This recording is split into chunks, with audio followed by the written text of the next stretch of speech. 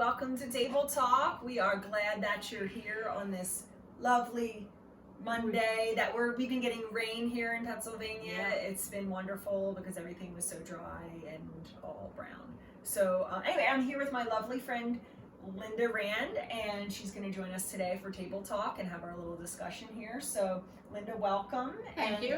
Linda, why don't you just share a little bit about just briefly your role here at Table Life Church, this new ministry that Yes, I'm you're excited gonna be about starting that. and working on. So Right, the new ministry, and I am just so thrilled and about it. It's called Senior Chat and Chew. but not that kind of chew. Right. It's going to be that you eat, because we're going to be serving lunch. You like that? And every month is a different theme. We're going to have some devotion and some other thing. You seniors, you got to come, because I think you're really going to enjoy this program. Like I said, I am just so psyched about it. Yeah. Fits me to a T to be doing it, and I know the Lord gave me the what did I say? The tap on the shoulder. You need to be doing this. This is why I gave you your abilities. So Yeah, that's awesome, and that's what I love is when somebody feels called or maybe has an idea that God's given them, and yes, then exactly. not only like, oh, you should do this, but like, hey, I want to do this, and Right. I'm going to take this and run with it, and you have this little team of people that are working with you. Yeah. It's a beautiful thing, and kind of like the opposite of Jonah, actually. Instead of running 2,500 miles away, Right. you're running towards But this option. you know, there have been times that I've been a Jonah. Oh yeah. Well, okay. So we're getting into Do that. this. Okay. We'll do this. And Linda's an awesome member here and has great family. Mhm. Your daughter and son-in-law and 3 granddaughters granddaughters. and everything. And you've probably seen them before. Mike and Pam have been on our table talk too before, and Lauren too.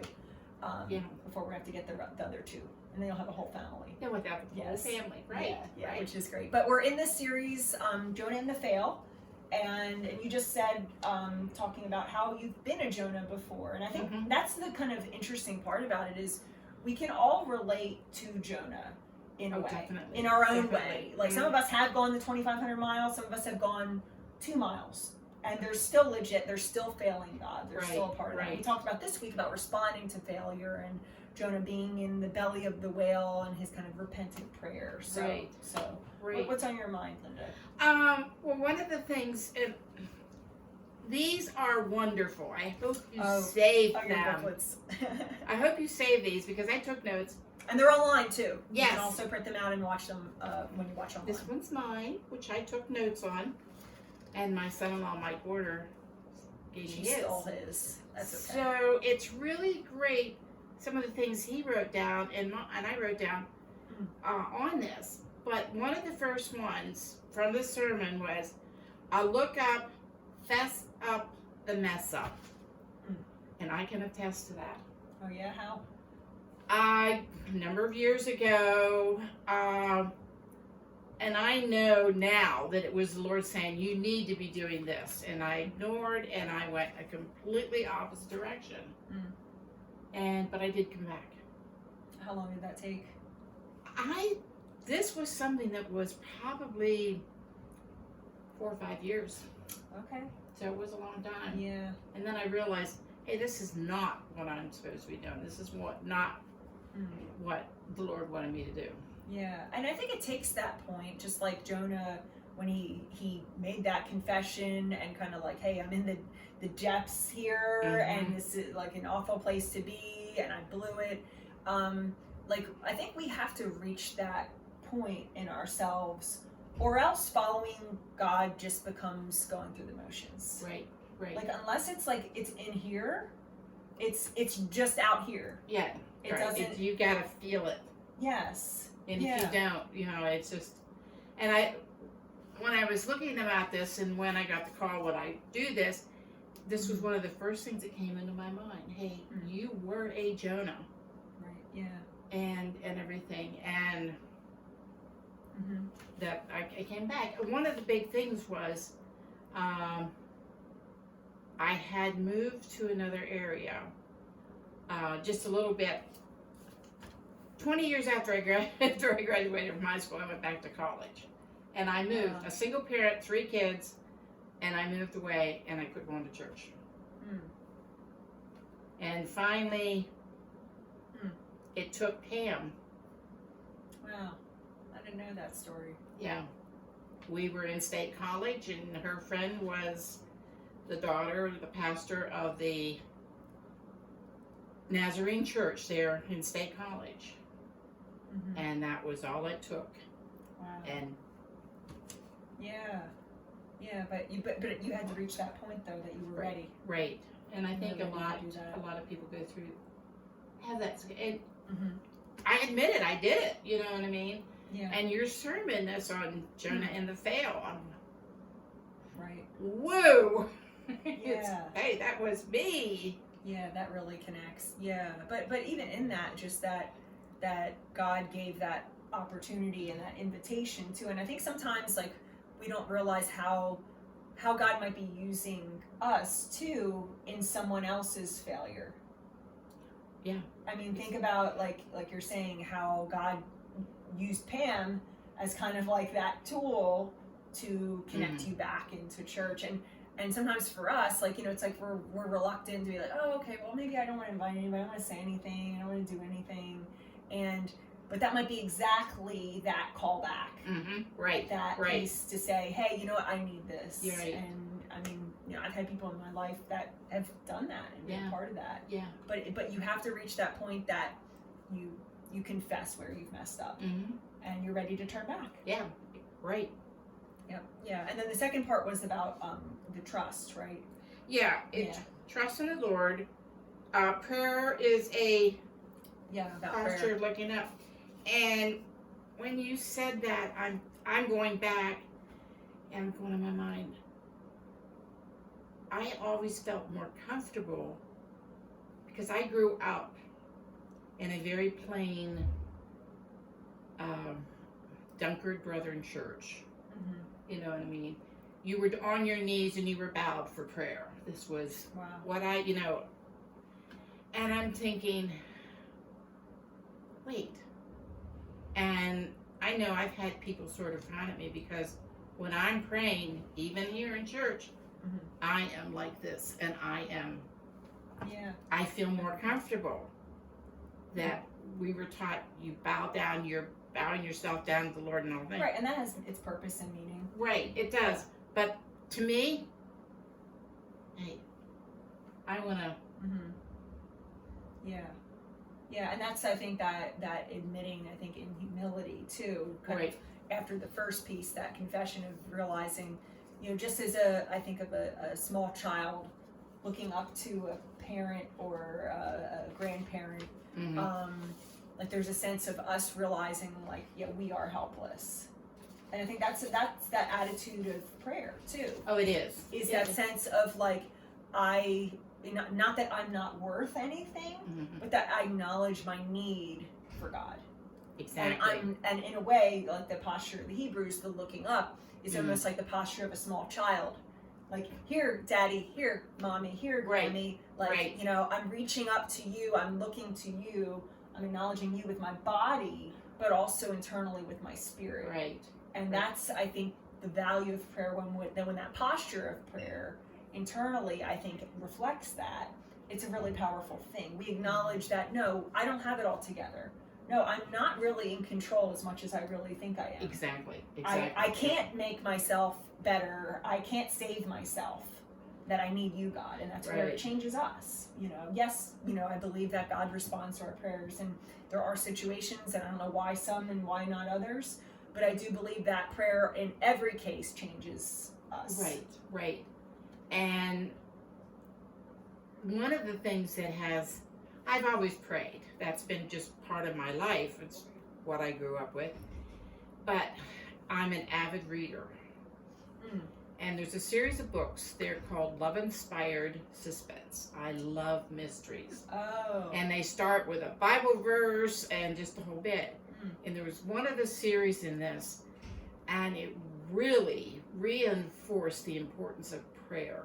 Wow. This author, just the way she wrote the book, and how the prayer was the main, I think it was her main theme in writing this series, because just so much, and it just reinforced to me, hey, you gotta pray.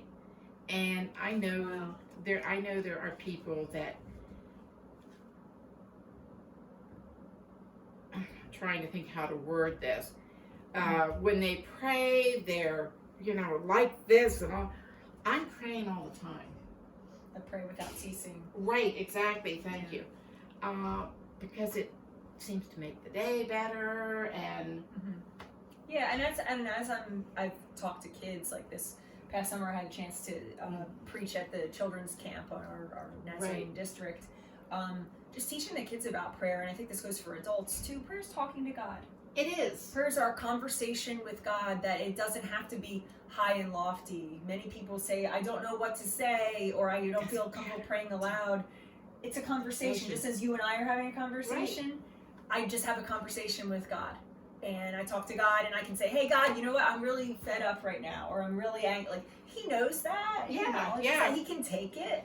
And that's where that heartfelt prayer comes from. Just as in any relationship, when we have conversations, that builds that relationship up. Yeah. And that grows that. And I sometimes I would feel, I don't really pray. You know what I mean? Get this serious that some people do. And I think, no, wait a minute, Linda. What do you do? You're there in the kitchen, you're doing something, and you're actually having a conversation with God. Yeah. Right. And I'm trying to do it more often now. Yep. It's working. It is. It works. Is. Yeah. And knowing that God responds to our prayers. Yeah. And just as he responded with Jonah, that this wasn't just a one-way conversation. God turned his back and said, you're on your own. But then that kind of last part about him receiving grace. Yeah. Receiving grace. But then that other piece about making good.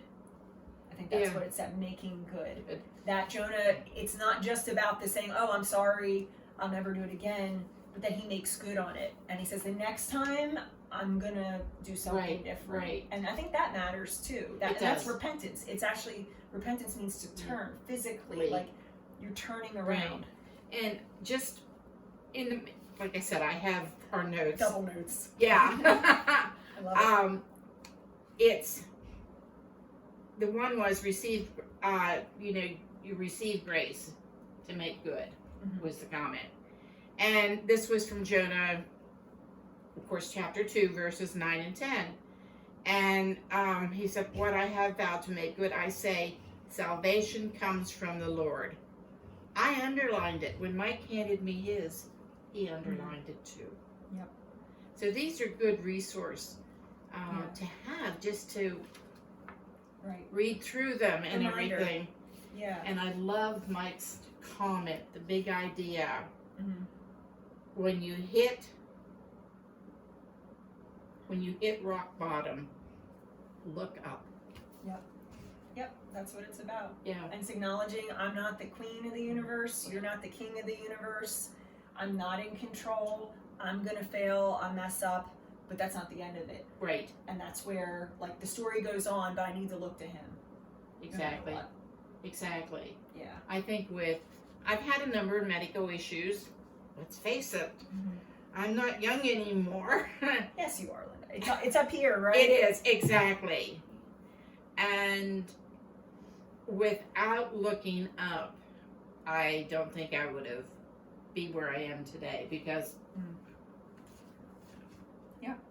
it is. It matters a whole lot. It does. Yep. And honestly, I think when you're at that rock bottom place, for many people, that is the time that they have no other choice but to look up to Christ. Right. Exactly. And to say, you know what? I've been trying to do this on my own. It's not working. It doesn't work. It doesn't work. So it's an opportunity too. Right. It's an opportunity. And God does answer prayers.